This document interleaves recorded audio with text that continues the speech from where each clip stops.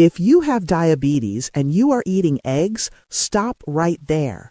Not because eggs are bad for you, they are not. Eggs might actually be one of the most powerful foods you can eat to help manage your blood sugar. But there is a very specific way to eat them that works, and there is a way most people with diabetes are eating them right now that is quietly making things worse, and they have no idea. I have been a cardiologist for decades, and in cardiology, blood sugar is not a separate issue. Unstable glucose is one of the leading drivers of heart disease. So when hundreds of my diabetic patients switched to eggs for breakfast and came back a month later with numbers that had barely moved, I had to find out exactly why. For my patients, getting this wrong is not just about energy, it is about their heart. And every single time when I asked them to walk me through exactly how they were eating those eggs, I found the same mistakes. Not one mistake, the same cluster of mistakes, over and over. Here's the thing, the egg itself is nearly perfect for blood sugar, but what you eat alongside it, what you cook it in, what you drink with it, and even what time you eat it, all of that determines whether those eggs are actually healing your metabolism or just sitting there doing very little while the rest of your breakfast undoes everything. Today I'm going to walk you through exactly how to eat eggs correctly if you have diabetes. Not just whether to eat them, how. The preparation, the pairing, the timing, and the combinations that turn a simple egg into one of the most effective blood sugar tools you have available to you every single morning. Stay with me because by the end of this, your breakfast is going to look very different, and your numbers, your energy, and the way you feel by mid-morning are going to start telling you that something has finally shifted. Now I want you to drop your age and country in the comments right now. I want to know who's watching this. It genuinely shapes what I make next.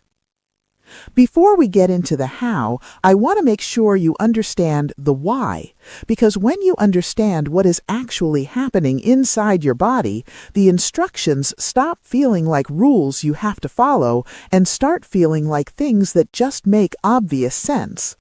Here's what diabetes does to your blood sugar response.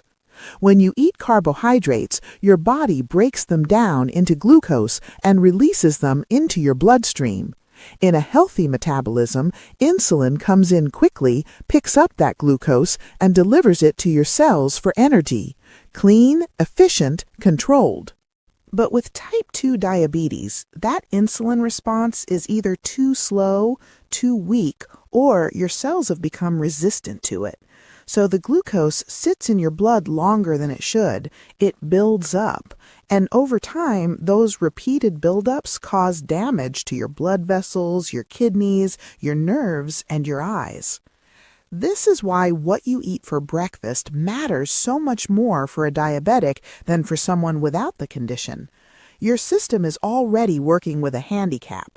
Every food decision either helps compensate for that handicap or makes it worse. Eggs compensate beautifully. Here is why. An whole egg contains almost zero carbohydrates. There is essentially nothing in an egg that your body converts to glucose. The egg is made of protein and fat, two macronutrients that digest slowly, that do not spike your blood sugar, and that actually help slow down the digestion of anything else you eat alongside them. This is called the protein buffer effect. When protein is present in your stomach at the same time as other foods, it physically slows the rate at which sugar from those foods enters your bloodstream. It acts as a natural brake. So even if there are some carbohydrates in your meal, the presence of egg protein means they hit your blood more slowly and more manageably. Clinical studies have shown that diabetic patients who eat a protein-forward breakfast show measurably better glucose control not just in the morning, but for the rest of the entire day. One meal, one decision, and it sets the metabolic tone for everything that follows. But, and this is the part most people miss, none of that works if you get the surrounding details wrong. So let's talk about exactly what correct looks like. The first thing I want to address is how you are cooking your eggs, because the cooking method matters more than most people think. The best preparations for blood sugar are boiled, poached, or lightly scrambled with a small amount of healthy fat. These methods keep the egg intact, preserve the protein structure, and do not add anything that interferes with the metabolic benefit. Boiled eggs are my personal favorite recommendation for diabetic patients, especially those who are busy in the morning. You can boil 6 eggs on Sunday evening, store them in the fridge, and have a zero-effort, high-protein breakfast ready every single morning for the rest of the week. No cooking, no cleanup. You peel it, you eat it, you are done. Poached eggs are excellent too. No added fat required. The egg holds together in hot water, the protein stays intact, and you get all the benefit with nothing unnecessary added. Lightly scrambled is fine, but here is where the first mistake usually happens. Most people scramble their eggs in butter or oil, which is not a problem by itself. Butter in moderate amounts is actually fine. A drizzle of olive oil is fine. The problem is what they add into the scramble. Milk, cream, sometimes cheese on top. The milk and cream add carbohydrates. The processed cheese often contains additives and fillers. None of it is catastrophic in small quantities, but it starts to erode the clean blood sugar response you are trying to create. Keep your scrambled eggs simple. Egg, a small amount of olive oil or butter, salt, pepper. That is your base. That is what works. What you absolutely want to avoid is frying your eggs in large amounts of vegetable oil or eating them as part of a fried breakfast with processed meats, baked beans, and white toast. I see this all the time. Someone tells me they eat eggs every morning. What they mean is they eat a full cooked breakfast every morning, and the eggs are sitting in the middle of a plate surrounded by things that are spiking their blood sugar from every direction while the eggs try desperately to compensate. The egg cannot save a bad breakfast. It can enhance a good one. Drop a comment below and tell me, how do you usually cook your eggs in the morning? Boiled, scrambled, fried? I genuinely want to know what you're working with so I can give you the most relevant advice. This is the section that changes everything for most of my patients, because the egg on its own is good, but the egg in the right combination is extraordinary. I want to introduce you to what I call the 3-gate method.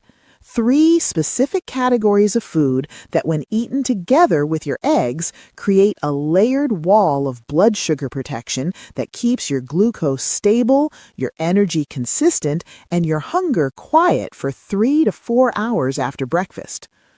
Gate 1 is your protein. That is your eggs. 2 whole eggs is the right starting point for most people. If you're very active or you find yourself hungry again within 2 hours, move to 3. The protein controls the pace at which everything digests. Gate 2 is fiber. This is the one most diabetic patients are missing entirely. A handful of spinach, some sliced tomatoes, sautéed mushrooms, roasted courgette, even leftover broccoli or green beans from the night before. It doesn't need to be complicated or exotic, it just needs to be real vegetables. Here is what the fiber is doing. When fiber is present in your digestive system alongside protein, it creates a physical buffer in your stomach. It slows the movement of food. It delays gastric emptying. It builds a second line of defense that makes it even harder for sugar to rush into your bloodstream. The protein is slowing things down. The fiber is slowing them down further. Together, they are giving your insulin response, which is already slow or impaired, the extra time it needs to do its job. Gate 3 is healthy fat. Half an avocado on the side, a drizzle of extra virgin olive oil over your eggs and vegetables, a small handful of walnuts or almonds, Healthy fat prolongs gastric emptying even further. It keeps the contents of your stomach moving slowly for longer. When you add this third layer on top of protein and fiber, you are stacking 3 separate mechanisms of blood sugar control in a single meal. Protein slows the pace, fiber builds the buffer, fat extends the window. That is the 3-gate method, and the beautiful thing about it is that it does not require you to count anything, weigh anything, or follow a complicated plan. It's just eggs, vegetables, healthy fat, every morning. Now, I want to be very clear about what does not belong there. Toast does not belong there. I know that feels harsh. I know breakfast without toast feels incomplete to a lot of people, but even whole grain toast digests faster than vegetables. It will raise your blood sugar. The eggs will slow it down slightly, but they cannot cancel it. You're taking 1 step forward and 1 step back every single morning you add that bread. Swap the toast for mushrooms. Swap it for tomatoes. Swap it for wilted spinach. Your blood sugar will thank you within the first 3 days. Orange juice does not belong there either. When you juice a fruit, you remove every gram of fiber, and what you're left with is liquid sugar that hits your bloodstream almost as fast as a soft drink. If you want fruit in the morning, eat the whole orange. The fiber in the whole fruit is the entire reason it's acceptable. Without the fiber, you've lost the protection completely. Has anyone ever told you that your healthy breakfast was actually working against you? Have you been eating toast and orange juice with your eggs, thinking you were doing the right thing? You're not alone. Drop a yes below and let me know. I want to talk about something that almost nobody discusses when they give breakfast advice for diabetics, and that is timing. Here's what's happening inside you every single morning before you take a single bite. While you were asleep, your liver was slowly releasing stored sugar into your bloodstream to keep your brain and your organs functioning through the night. Then, as your body prepares to wake up, it releases a wave of cortisol, your natural waking hormone. Cortisol is not a bad thing. It is what makes you feel alert and ready to face the day. But cortisol also nudges your blood sugar upward as part of that wake-up process. This is called the dawn phenomenon, and for diabetics, it is particularly significant because your blood sugar is already elevated or already poorly regulated, and then the dawn effect pushes it higher still before you have even eaten anything. So by the time you sit down to eat, your blood sugar is already primed. It is already at a higher baseline than it was in the middle of the night. This means 2 things for how you eat your eggs. First, do not skip breakfast. Skipping breakfast when you are diabetic and your blood sugar is already elevated from the dawn effect does not help.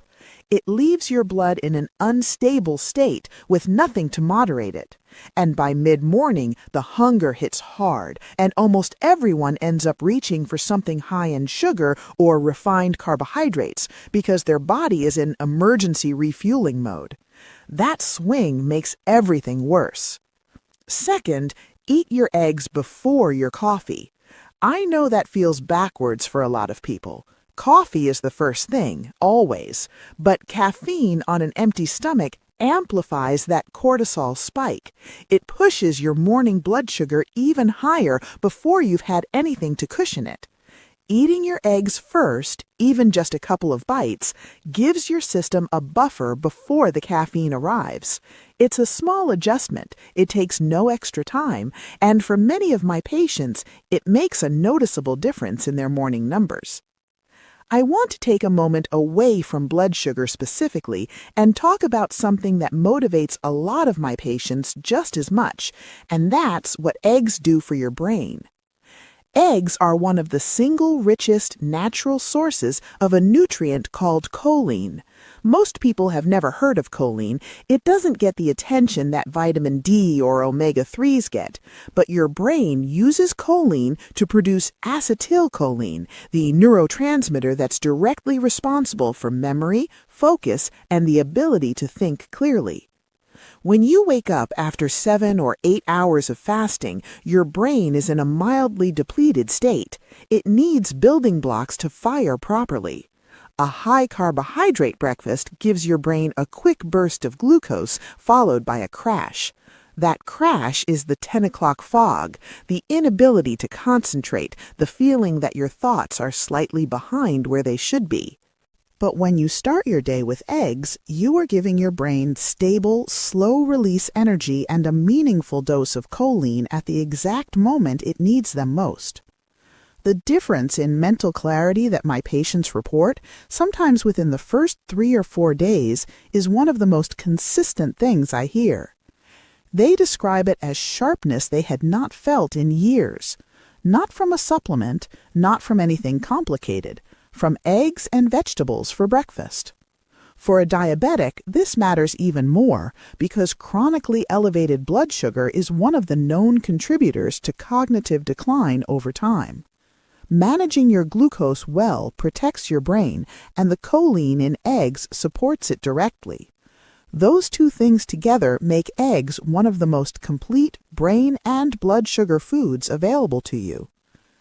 Once your 3-gate breakfast is in place, there are a few additional habits that can amplify what the eggs are already doing, and every one of them costs nothing.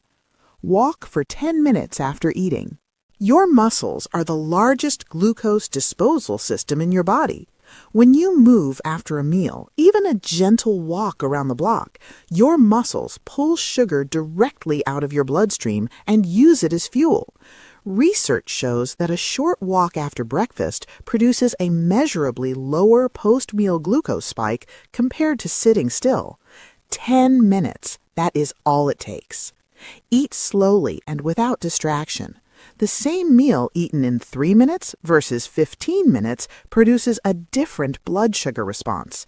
When you eat quickly, your body does not have time to send the proper fullness and digestion signals. Slowing down, putting the phone away, sitting at a table, actually chewing, changes the way your body processes the food. It sounds almost too simple to matter. It does matter. Protect your sleep. Sleep deprivation makes your cells less sensitive to insulin. If you are doing everything right with your breakfast, but your sleep is poor, you will still see elevated morning numbers. The two are directly connected. While you work on your breakfast, work on your sleep too. They are not separate problems. Let me bring everything together for you. Eating eggs correctly with diabetes is not just about eating eggs. It's about understanding that the egg is the foundation, and what you build around it determines everything. Cook them simply, boiled, poached, or lightly scrambled, without the extras. Pair them with fiber from real vegetables and healthy fat from avocado or olive oil. Remove the toast, remove the juice. Eat before your coffee. Walk for 10 minutes after. Do that consistently, and you are not just managing your blood sugar, you're giving your body a genuine fighting chance every single morning. I want to challenge you to try this for 7 days, not forever, just 7 days. Change nothing else. Only your breakfast. By day 3 or 4, the mid-morning fog starts to lift. The hunger between breakfast and lunch gets quieter. The cravings for something sweet after eating begin to fade. By day 7, most of my patients tell me they feel like a different person in the mornings. Your body is not broken. It's responding to what you give it. When you give it the right signal, it responds with the right result. Before you go, is there someone in your life right now, a husband, a wife, a parent, a close friend who has diabetes and is still starting every morning with cereal or toast and wondering why their numbers will not come down? Please share this video with them today. You don't need to say anything, just send it. You might be the reason their mornings finally change. And if this reached you at the right moment, if something I said today was the piece that finally made it click, help Dr. Sarah reach 1,000 subscribers, because this is exactly what 1,000 people need to hear. Take care of yourself. I'll see you in the next one.